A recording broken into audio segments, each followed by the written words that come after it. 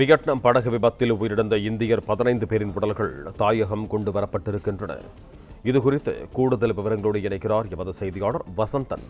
வணக்கம் வசந்தன், உங்களிடம் இருக்கும் தகவல்களை பகிர்ந்து கொள்ளுங்க. வணக்கம்.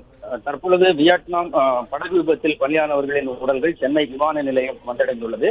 இங்கிருந்து அவர்களின் சொந்த ஊருக்கு அனுப்பி வைக்கப்பட உள்ள நிலையில் தற்பொழுது சென்னை விமான நிலையத்திற்கு கார்கோ பகுதியில் இந்த உடல்களானது வந்துள்ளது.